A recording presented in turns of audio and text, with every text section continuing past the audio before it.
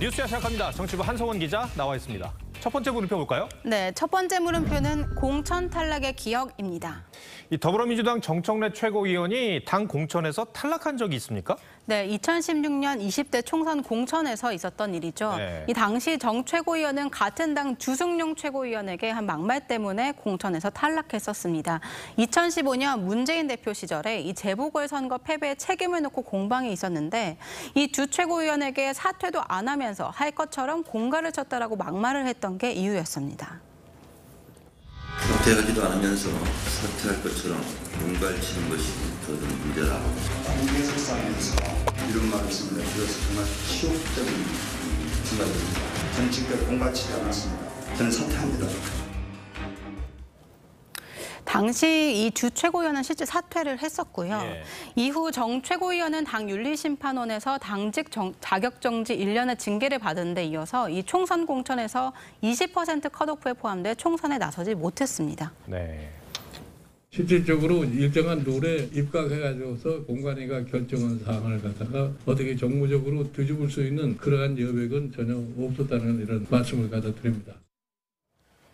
이 막말 때문에 공천을 못 받았다면 쓰라린 기억일 텐데 여전히 말을 막 하잖아요.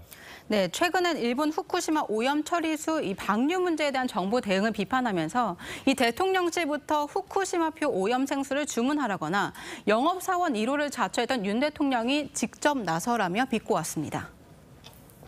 수위수 생수처럼 깨끗하면 후쿠시마표 오염 생수 이렇게 수출해도 되잖아요.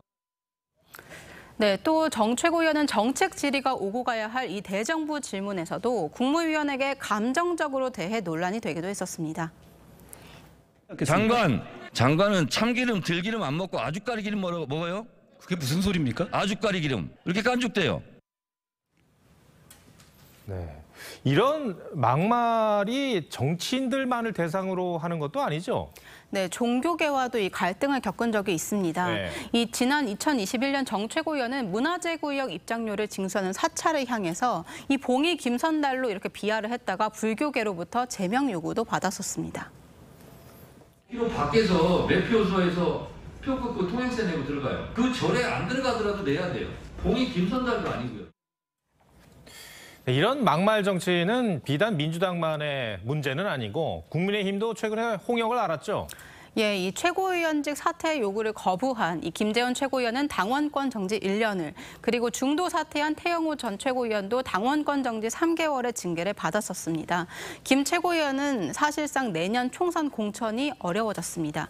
국민의힘은 이들의 징계 사유가 이 막말인 만큼 이 새 최고위원 선발에는 도덕성 검증을 강화하겠다는 입장입니다. 네, 알겠습니다. 첫 번째 물음표 정해볼까요? 네, 첫 번째 물음표 공천 탈락의 기억의 느낌표는 민심의 요구는 막말 퇴출 이렇게 뽑아봤습니다.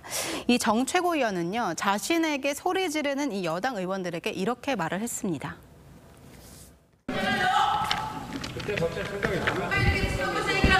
소리 지르시는 분들 공천이 불안하신가? 이 막말로 사회적 물의를 일으켜도 사실상 그 비판의 크기보다는 이름을 알리면서 국민에게 각인되는 이른바 막말의 정치학이죠.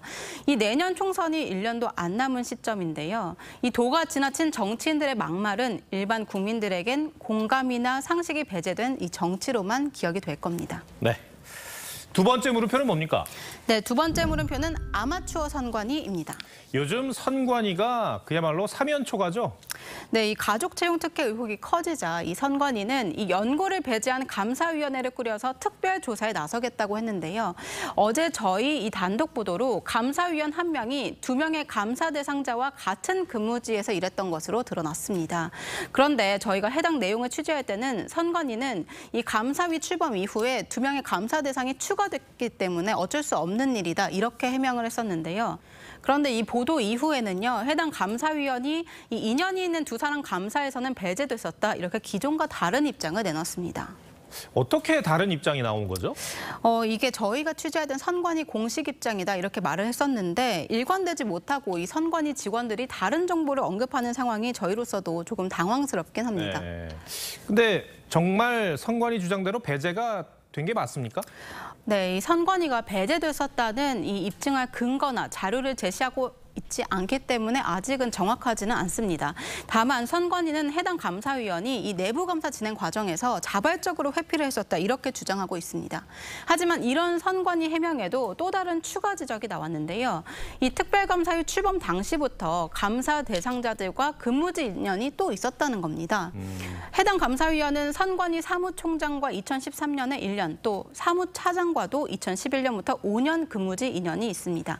그래서 여당에서는 이 사무총장과 사무차장의 사례를 보면 특감위 출범부터 근무지 인연이 있었던 거 아니냐 이렇게 지적을 하고 있고요. 또 감사에서 배제됐더라도 감사위원회 의사결정에 직간접적 영향을 미치는 구조였다고 재반박하고 있는 겁니다.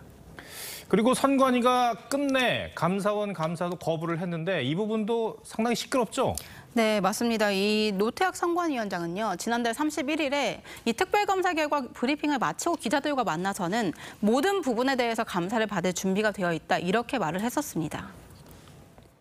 감사위원 성격에 따라 다를 것이라고 생각합니다. 준비 법령에 따라서 모든 부분에 대해서 감사를 받을 준비가 되어 있습니다. 이 수사 의뢰도 하고 외부 기관과 합동으로 전수조사도 하겠다면서 전면 쇄신 입장을 발표했던 선관위가 이틀 뒤에 최종적으로 정리해서 밝힌 입장은 감사원 감사를 거부하겠다는 입장이었던 겁니다. 네. 두 번째 물음표 정해볼까요? 네, 두 번째 물음표 아마추어 선관위의 느낌표는 헌법기관의 존재 이유 이렇게 뽑아봤습니다. 이 선관위는 1963년 부정선거를 원천 차단하기 위한 목적으로 이 독립적 헌법기관으로 출범했습니다. 하지만 현재 국민 눈에 비춰진 선관위의 모습은 이 자정 능력을 잃은 아마추어의 면모만 남아있다 이렇게 해도 과언이 아닐 겁니다. 왜 이렇게 많은 국민들이 선관위 존재 이유를 묻고 있는지 되돌아봐야 할 것 같습니다. 네, 알겠습니다. 한성훈 기자, 잘 들었습니다.